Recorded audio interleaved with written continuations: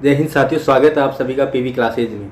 दोस्तों, इस वीडियो में हम चर्चा करेंगे विद्यालय अनुभव कार्यक्रम डायरी के बारे में, तो अंत तक बने रहेगा हमारे साथ। दोस्तों, हमने पिछले वीडियो में खंड 9 तक संपूर्ण जानकारी देख ली थी कि किस प्रकार से खंड 9 तक हमें बनानी है। इस वीडियो में हम खंड 10 देखेंगे कि खंड 10 आपको किस प्रकार से बनाना है। शायद ये इस डायरी का लास्टवा खंड है, इसके बाद ये डायरी कंप्लीट हो जाती है, तो अंत तक बने रहेगा हमारे साथ। दोस्तों, अगर आपको इस डायरी की पीडीएफ चाहिए तो आप हमारे टेलीग्राम चैनल को ज्वाइन कर ले। टेलीग्राम चैनल का नाम पीवी क्लासेज है, या तो आप पीवी क्लासेज सर्च कर ले टेलीग्राम पर जाके, या फिर डिस्क्रिप्शन में लिंक होगी, वहाँ पे जाके आप ज्वाइन कर सकते हो हमारे चैनल को। दोस्तों, यदि आपने अभी तक हमारे चैनल को सब्सक्राइब भी नहीं किया तो सबसे पहले सब्सक्राइब कर लीजिएगा और बेल आइकन दबा लीजिएगा ताकि सबसे पहले वीडियो का नोटिफिकेशन आपको मिल सके। इस वीडियो में हम चर्चा करेंगे खंड 10 की, अंत तक बने रहेगा हमारे साथ। आसानी से आपको समझ में आ जाएगा किस प्रकार से आपको खंड 10 बनाना है। खंड 10 में क्या है, जब आप विद्यालय में शिक्षण कार्य कर रहे हो तो आपके मेंटर के अतिरिक्त किन्हीं 2 अन्य अध्यापकों को संलग्न रिपोर्ट का प्रारूप दे और उन्हें निवेदन करें कि आपके शिक्षण कार्य का अवलोकन करें। वे आपके शिक्षण कौशल के प्रति क्या लिखते हैं, उसी के अनुरूप अपने शिक्षण योग्यता के बारे में समग्र वर्णन करें। पाठ अवलोकन या पर्यवेक्षण के महत्वपूर्ण बिंदु: अध्यापक का व्यक्तित्व, वाणी की प्रभाविता, उपयुक्त वेशभूषा, आत्मविश्वास, ये वगैरह वगैरह, ये सारी जानकारी आपकी डायरी में लिखी हुई होती है। फिर अन्य साथी अध्यापकों द्वारा आपका अवलोकन करेंगे और वे सभी यहाँ पे बताएंगे कि आपने किस प्रकार से प्रस्तुत किया।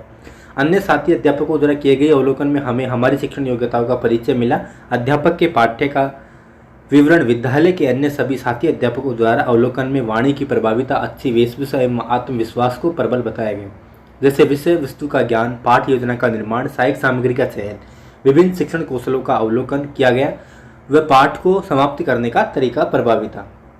इसके बाद यहाँ पे आता है साप्ताहिक प्रतिवेदन एवं स्टाफ मीटिंग विवरण। साप्ताहिक प्रतिवेदन एवं स्टाफ मीटिंग विवरण: प्रथम सप्ताह परिचय विद्यार्थियों के साथ, परिचय सभी विषय अध्यापकों के साथ। द्वितीय सप्ताह समय सारणी बनाना, बच्चों को चिन्हित कर वर्गीकृत करना। तृतीय सप्ताह दैनिक पाठ योजना के अनुसार शिक्षण कराना, विद्यार्थियों को गृह कार्य संबंधी जाँच करना। चतुर्थ सप्ताह कक्षा फर्स्ट से 7 तक शैक्षिक गतिविधियों, खेलकूद, सांस्कृतिक गतिविधियों का आयोजन कराना। पंचम सप्ताह विद्यालय अवलोकन कार्यक्रम, मिड डे मील, खेल गतिविधियां आदि। षष्ठम सप्ताह सूचना एवं संप्रेषण पर आधारित पाठ्य योजनाओं का विवरण कराना। इसके बाद सप्तम सप्ताह उपचारात्मक शिक्षण, कमजोर बच्चों के लिए अतिरिक्त कक्षाओं का आयोजन कर उनके स्तर में उत्थान करना। अष्टम सप्ताह अब तक पढ़ाए गए पाठों को बच्चों ने कितना ग्रहण किया अथवा नहीं, इसकी जांच के लिए उनके टेस्ट लेना। नवम सप्ताह अवांछित जांच, टेस्ट ली गई उत्तर पुस्तिका की जांच इत्यादि। जो बच्चे कमजोर हैं उनकी अतिरिक्त कक्षा लगाकर उनका मानसिक स्तर सामान्य बनाने का प्रयास किया।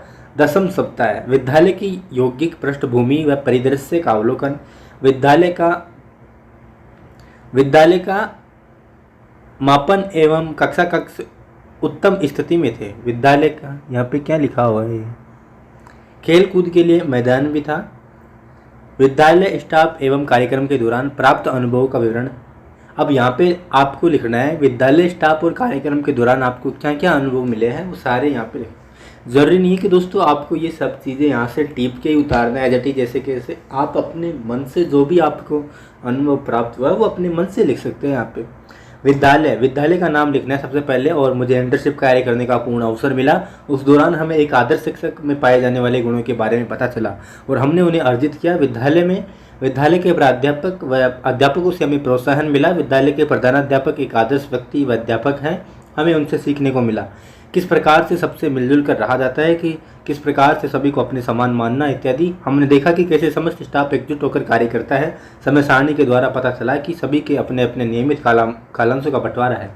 विद्यालय स्टाफ जिस तरह से अपने सभी अध्यापकों में हमारी सहायता की, इसमें हमने यह जाना कि सदैव अपने सहपाठी की सहायता करनी चाहिए। विद्यालय में नियमित रूप से कालांशों का बंटवारा किया जाता है। सभी अध्यापक प्रार्थना होते ही अपनी अपनी कक्षाओं में समय विभाग चक्र के अनुसार चले जाते हैं। विद्यालय कार्यक्रम में सर्वप्रथम प्रार्थना सभा का कार्यक्रम होता है तथा हमने यह अनुभव किया कि अध्यापक प्रार्थना सभा में विद्यार्थियों का साथ देते हैं। इससे हमने यह देखा कि किसी भी कार्यक्रम का प्रारंभ करने से पूर्व ईश्वर की आराधना करनी चाहिए। हमने यह अनुभव किया कि बच्चों का शारीरिक या मानसिक स्वास्थ्य पूर्ण रूप से ठीक होना चाहिए। उसके बाद इंटर्नशिप कार्यक्रम के दौरान विद्यालय के छात्रों के साथ प्राप्त अनुभव, शैक्षणिक एवं सह शैक्षणिक गतिविधियों के संबंधित अनुभव का विवरण देवे। इंटर्नशिप कार्यक्रम के दौरान विद्यालय के छात्रों के साथ प्राप्त अनुभव। विद्यालय में जब भी मेरा कालांश आता तो मैं हमेशा छात्रों को पढ़ाने जाती, क्योंकि मैं छात्रों से इतनी मिलजुल चुकी थी कि मुझे रोज़ छात्रों को पढ़ाना अच्छा लगता था। मेरा सभी छात्र छात्राएं आदर सम्मान करते थे। कक्षा में पहुंचते ही सभी छात्र एक साथ उठकर अभिवादन करते थे। इस प्रकार मेरा अभिवादन करना मुझे बहुत अच्छा लगता था। इसके प्रतिवेदन मैं सभी बच्चों को सम्मानजनक निगाहों से देखती थी। मेरा हमेशा ही यही प्रयास रहता है कि मैं उन्हें ज़्यादा से ज़्यादा और आसान से आसान तरीके से पढ़ाऊं, ताकि बच्चे पढ़ने में रुचि रखें। मैं जब पढ़ाती हूं तो सारे विद्यार्थी ध्यान से सुनते हैं और सीखते हैं। मैं जब भी कोई भी प्रश्न करती हूँ तो सभी छात्र जिनको उत्तर आता हो अपना एक हाथ ऊपर उठाते हैं। फिर उनमें से मैं मेरी इच्छानुसार छात्र को अपने प्रश्न का उत्तर सुनाने के लिए चुनती हूँ। फिर वो छात्र अपना उत्तर देता है और सभी छात्र ध्यानपूर्वक सुनते हैं। फिर मेरे द्वारा उस उत्तर को स्पष्ट करना बहुत पसंद आता है और सभी के चेहरे पर अत्यंत प्रसन्नता झलकती है। सभी छात्र छात्राएं अनुशासन रखते हैं। मेरे प्रति उनका आदरपूर्ण व्यवहार था। छात्रों में मुझे समयबद्धता देखने को मिली। सभी छात्र कर्तव्यनिष्ठ थे। मैं जो भी गृह कार्य देती उसे वे समय पर पूर्ण करते थे। कक्षा में पढ़ाते समय वो मुझे निसंकोच प्रश्न पूछते थे। सह शैक्षिक गतिविधियों के अंतर्गत मैंने सप्ताह में एक दिन अंत्याक्षरी कराने का फैसला लिया। छात्र छात्राओं को 2 बराबर भागों में बांटा। सभी ने मनोरंजन में बहुत कुछ सीखा। दोस्तों, अगर आपको लगता है कि मैं स्पीड तेज़ है, वीडियो तेज़ है, तो आप वीडियो को रोक करके बना सकते हो। इंटर्नशिप कार्यक्रम के दौरान एक शिक्षक के रूप में प्राप्त अनुभव का विवरण। शिक्षक के गुणों को ध्यान में रखते हुए अपने अनुभवों का विवरण। यहाँ पे कुछ भी नहीं करना है दोस्तों, अपने अनुभव ही लिखने हैं। और मैं ये अपने अनुभव ये डायरी बना के आपको ही बता रहा हूँ। इंटर्नशिप कार्यक्रम बीएड सेकंड ईयर। मेरा इंटर्नशिप कार्यक्रम की अवधि 16 सप्ताह है। इसके दौरान एक शिक्षिका के रूप में हमें कई अनुभव प्राप्त हुए, जो इस प्रकार है। इंटर्नशिप कार्यक्रम सहित ये स्कूल में हमें पूर्ण हुआ। विद्यालय में 1 घंटी बजती है। सभी छात्र अपनी कक्षाओं में पंक्ति बनाकर खड़े हो जाते हैं। दूसरी घंटी बजती है। एक एक करके प्रत्येक कक्षा में छात्र प्रार्थना सभा में खड़े हो जाते हैं। प्रार्थना सभा में बच्चों को सही पंक्ति में खड़ा करना, उनकी स्थिति सही करना, इन कार्यों को करके एक अच्छा अनुभव प्राप्त हुआ। बच्चों को कक्षा में अनुशासन में रखना, उनको विभिन्न प्रकार के शिक्षण करवाना आदि कार्य के। इस प्रकार शिक्षिका के रूप में मैंने बच्चों को समझाया। एक शिक्षिका के रूप में मैंने यह सीखा कि मैं किस प्रकार से पढ़ाऊँ कि बच्चों को आसानी से समझ में आ सके और कम समय में कितना अधिक पढ़ा सकते हो। इंटर्नशिप कार्यक्रम के दौरान ही मैंने श्यामपट्ट पर लिखना सीखा। यह मेरा अच्छा अनुभव था। शुरुआत में तो हस्तलेखन अच्छी नहीं थी, लेकिन धीरे धीरे सुधार हो गया और श्यामपट्ट पर सुंदर एवं स्पष्ट लेखन करने लगी। शिक्षिका के रूप में मेरे अंदर बहुत प्रकार के सुधार हुए जो बच्चों की शिक्षा के लिए आवश्यक थे। इनमें बच्चों को आसानी से समझ आने लगा। शिक्षिका के रूप में मैंने छात्रों की उपस्थिति पंजिका को बनाना सीखा। साथ ही साथ छात्रों को पुस्तकें वितरित भी की और उनका भी रिकॉर्ड तैयार किया। इंटर्नशिप कार्यक्रम के दौरान मैंने जो सब सीखा, एक अध्यापक का आना अत्यंत आवश्यक है। मैंने पूर्ण रूप से अध्यापक की भूमिका का पालना करना सीखा। इंटर्नशिप कार्यक्रम के दौरान आपके द्वारा विद्यालय के दी गई उपलब्धियां, शिक्षक के रूप में आप द्वारा दिए गए छात्रों की प्राप्त उपलब्धियों का विवरण देवे। मैं मेरे कार्य दिवस के दौरान प्रत्येक दिन 5 कालांश लेती थी। मेरे ज़्यादातर कालांश 5, 6, 7, 8, 9 में होते थे। तो इन कालांशों में मैंने उनका पाठ्यक्रम पूरा करवाया। मेरा पढ़ाने का तरीका कुछ इस प्रकार से था कि पहले मैं एक पाठ को समझाती, फिर उस पाठ की मुख्य परिभाषाओं की श्यामपट्ट पर लिखती, जिसमें विद्यार्थी के साथ साथ अपनी उत्तर पुस्तिका में लिख लेते थे।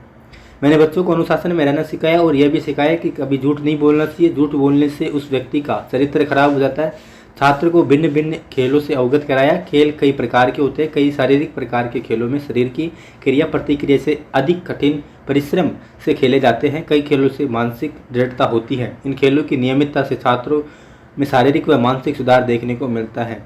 मैंने इंटर्नशिप के दौरान छात्रों में अपने पाठ्यक्रम की पुस्तकों के अलावा भी कई ऐसी पुस्तकें पढ़ने की सलाह दी जिसे हमारे महापुरुष से संबंधित है या जो हमारे समाज से जुड़ी हुई है। छात्र इन्हें पढ़कर वापस जमा करा देते हैं। पुस्तकालय से इस प्रकार की पुस्तकों को सूचीबद्ध विवरण का आग्रह मैंने विद्यालय के प्रधानाध्यापक जी से किया।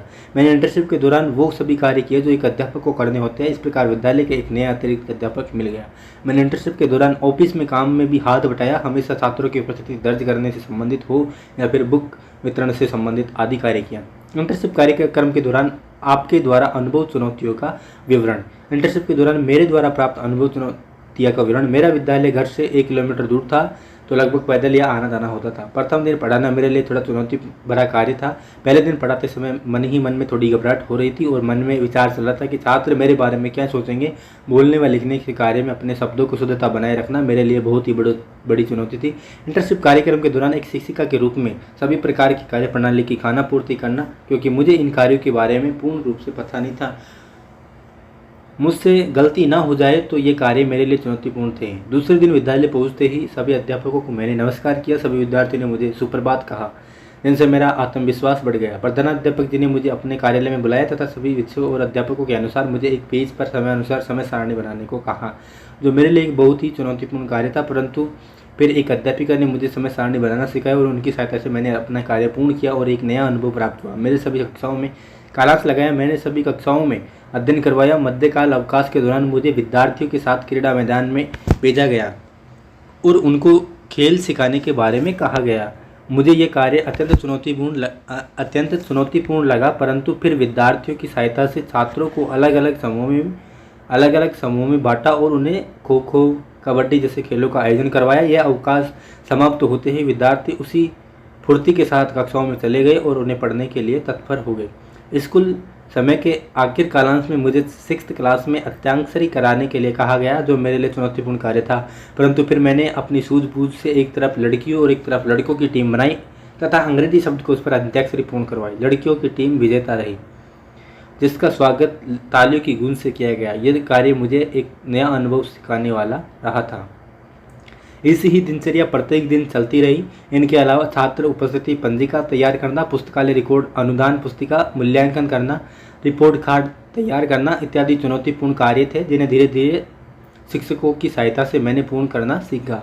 अतः शिक्षण कार्य के दौरान हमें अनेक चुनौतियों का सामना करना पड़ा, परंतु एक योग्य शिक्षक होने के लिए इन चुनौतियों से अवगत होना भी हमारे लिए अत्यंत ही आवश्यक था।